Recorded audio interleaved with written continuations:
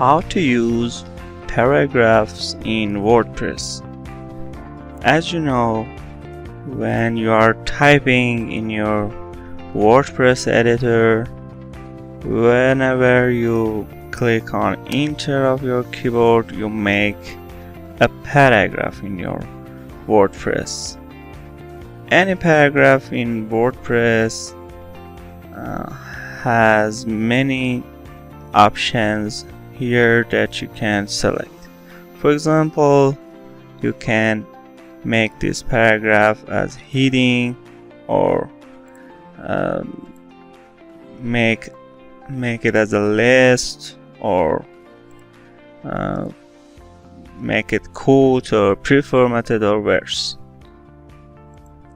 Additionally, you can align your paragraph to right or center or left, and you can also make your paragraph texts bold or italic, or make them as a link. You can also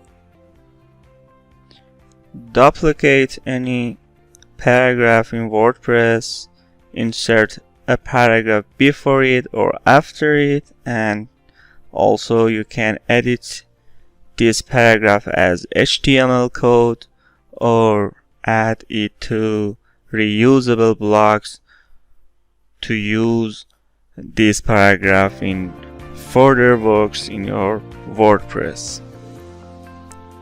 Let me paste some paragraphs here to show you how you can manage your WordPress paragraph. As you see, you can remove any block here and change the paragraphs of WordPress.